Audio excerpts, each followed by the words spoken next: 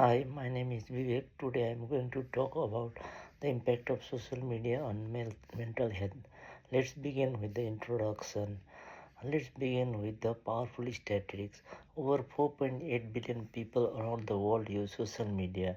That's more than half of the global population. We use it for everything, to stay in touch, to express ourselves, to learn, to laugh, and sometimes even to escape reality. But just behind the funny memes and perfect photos lies a more complex truth. Social media is not just influencing how we spend our time, it's impacting how we feel about ourselves, how we connect ourselves, others, and how we handle emotions. Multiple studies have found that excessive social media use is associated with mental health challenges, particularly in young people. We are talking about a rising level of anxiety, depression, loneliness, and self esteem issues. So, let's dive deeper into how and why that happens. The next is the research problem and key issues. Let me paint a familiar picture. You are scrolling through a Instagram or TikTok. You sometimes see a vacation picture in Bali, someone else getting promoted, and another person looking flawless in every picture. And suddenly you start questioning yourself. Am I doing enough? Am I good enough? That is what researchers call social comparison, and it's one of the core issues behind the negative psychological effects of social media. Problematic social media use is a term used to describe excessive and compulsive engagement with these platforms, often leading to emotional instability and decreased mental well being. Add to that issues FOMO, that is fear of missing out, cyberbullying, and the pressure to present a perfect life, and you have a cocktail of stressors that go far beyond the digital screen. During the COVID-19 lockdowns, this was especially amplified. Screen time skyrocketed and did reported levels of loneliness, sleep disturbances, and anxiety, all linked to increased social media use. The next topic I'm going to talk about is the methodology review.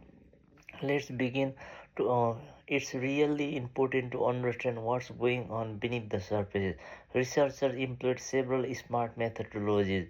First, they conducted in-depth interviews. These help bring out honest personal stories that a number alone could never reveal. Next is the focus group that provided a platform for people to share experiences collectively. Moreover, it was important to see how shared feelings and patterns emerge in group settings. And then there were longitudinal studies which help to track people's social media behavior and mental health over time. These are crucial because mental health effects often doesn't show up overnight. They build gradually. So through a mix of qualitative and quantitative methods, researchers were able to uncover both the statistics and human stories behind them. The next is the data collection and analysis. What's really interesting is how researchers analyzed not how just people said but also what did they said. They use tools to monitor online behavior, things like screen time, scrolling patterns, and posting habits. This observational data, when combined with self reports and interviews, painted a more comprehensive picture. One of the key findings was our online behavior often mirrors our emotional state. If someone is doom scrolling late at night, it's not just random, it often reflects stress, anxiety, or emotional exhaustion. So the data wasn't just how much people use social media, but why, how, and what effect it had on them. The next, I would like to talk about the contribution to knowledge. Now, let's talk about what all this research contribute to our understanding. There are several psychological concepts that help explain the impact of social media on mental health. For instance, social comparison theory explains how we constantly compare ourselves to others, usually unfavorably, especially when we are seeing only their highlight reels. Then there is doom scrolling, the habit of endlessly scrolling through negative or distracting content, often late at night. It has been identified as a modern mental health hazard. And finally, the emotional regulation deficit model helps explain why we are struggling to manage emotions. When they rely on likes, comments, and digital validation, we become more vulnerable to mood swings and emotional burnout. So the research doesn't just describe the problem, it also helps us understand why it happens. Next is the identifying research gap. But despite this valuable insight, the research still has gaps. First, most of the data is self-reported, which means it relies on people's memories and honesty, both of which can be unreliable. Secondly, most studies have focused on individuals from urban Western educated background that leaves out a huge portion of the global population whose experiences might be very different. And finally, while we have focused a lot on the negative effects, we haven't explored enough about resilience, how people cope, adapt, or even thrive using social media.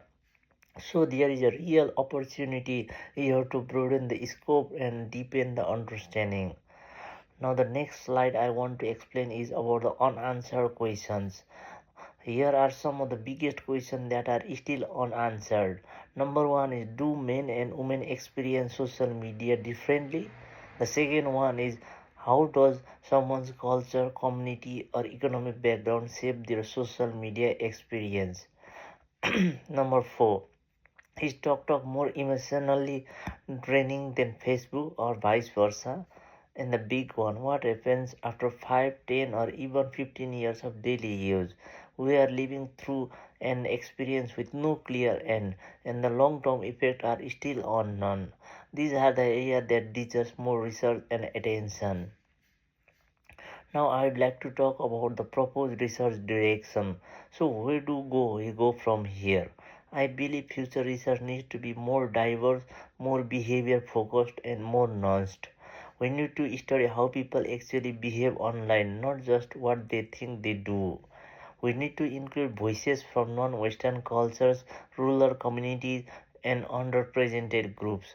We must go deeper into gender differences, platform specific effects, and coping mechanisms. And we need to use a mixed method approach combining interviews, digital tracking, ethnographic observation, and psychometric testings to get a more rounded understandings. Now, to wrap up things, social media isn't all bad. It connects us, informs us, entertains us, and sometimes even heals us. But it all brings hidden emotional cost, and those costs are rising. We need to study this issue more deeply, more insecurely, more creatively, so we can design a digital world that supports our mental health instead of quietly eroding it. The goal isn't to quiet the social media, it's to use mindfully, responsibly, and with awareness of its impact. Thank you so much.